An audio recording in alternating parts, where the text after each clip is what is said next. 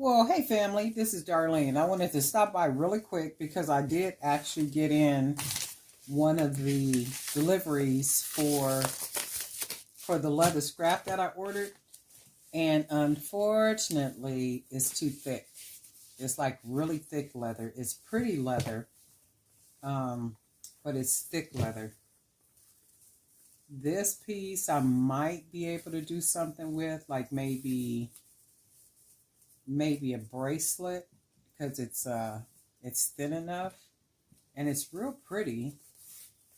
It's thicker than what was advertised. So I think what I'm gonna do, I might even send it back. I'm gonna have to check to see if I can return it, because they're like really thick pieces, and there is no way I can make some jewelry, out of this. I could, use a couple pieces to make a necklace or something, but it would be heavy. You couldn't make earrings out of it. I might be able to make a bracelet or two, but the thing with that is it wouldn't have that kind of crinkle to it because it's too thick.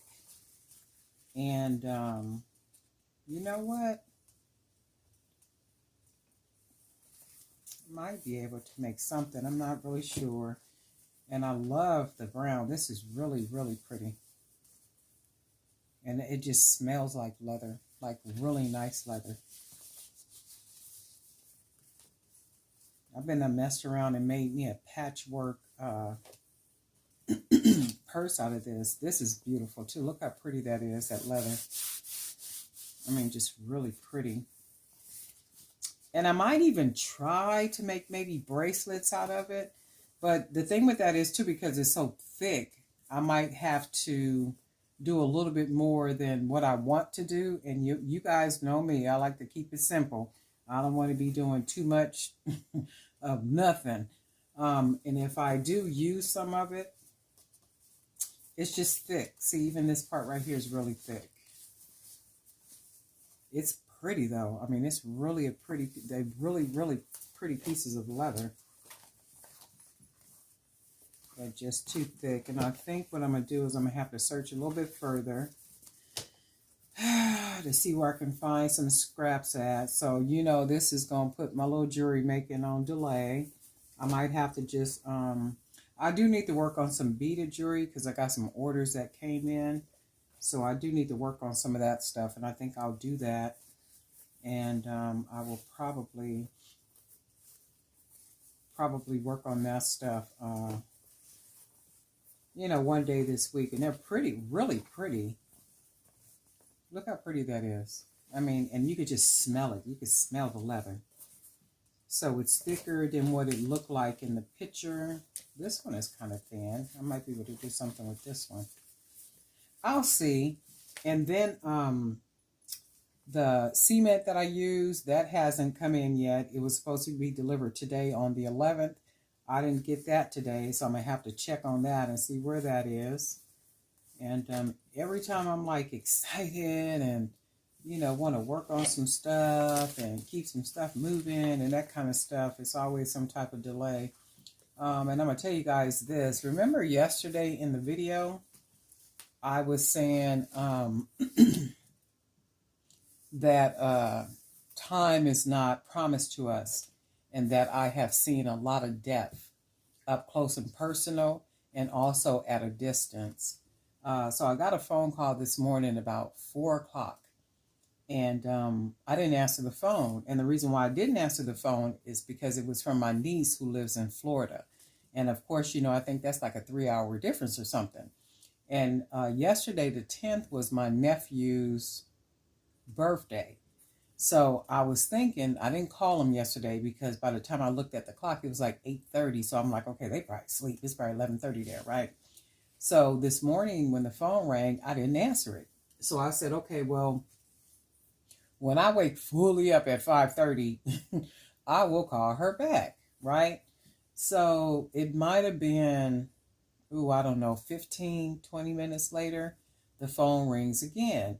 So anytime the phone rings 3, 4 o'clock in the morning and stuff like that, and it's more than one person calling you, you know something is going on. So when I finally answered the phone, it was my sister telling me that my brother died in his sleep last night. And we were just talking about that. Time is not promised to us, and that we need to do the best that we can with the time that God gives us. And the time that He gives us, we need to be doing the best that we can at being obedient in His word, right? And I was just thinking that, like, for myself, because last week I went to a funeral. And that was one of the brothers at the congregation that had passed. He was an older brother, but yet a brother, yet a person, up close and personal. And I remember while I was sitting there, my thought was, I refuse to live dead because I am alive in Christ Jesus. And what does that mean? What that means to me is to live safely and cautiously, but still live. And if you look at what y'all's government is doing to society, they are literally locking people down. And you keep people locked down long enough, they begin to die. Seriously. Because you're in the house all day, all night. You're eating, you're drinking, you're smoking, you're doing all kind of unhealthy things. Why is that? Because a large percentage of the people that are active and physical and work out, they do it outside, right? So if you stop them from doing that, what will happen? Bad habits set in. You start eating, overeating, you door dashing, you cooking, all these little channels on YouTube with people that can't even cook got 1 million views on their channels. That tells me that people are cooking. So people are cooking, people are eating, people are being a glutton, right? While they're locked down, literally. Because what else are you going to do? You're going to stream and watch every program that you can. You're going to pay for every streaming service. And I'm going to tell you this, it's all strategized. And if you don't hear anything I say, understand this. The pharmaceutical companies in the United States, they run the United States, literally. So you started, and many of you may not agree with me as it relates to the vaccinations and, the strategy these people have put in place, and you don't have to. And that's okay. This is just my opinion.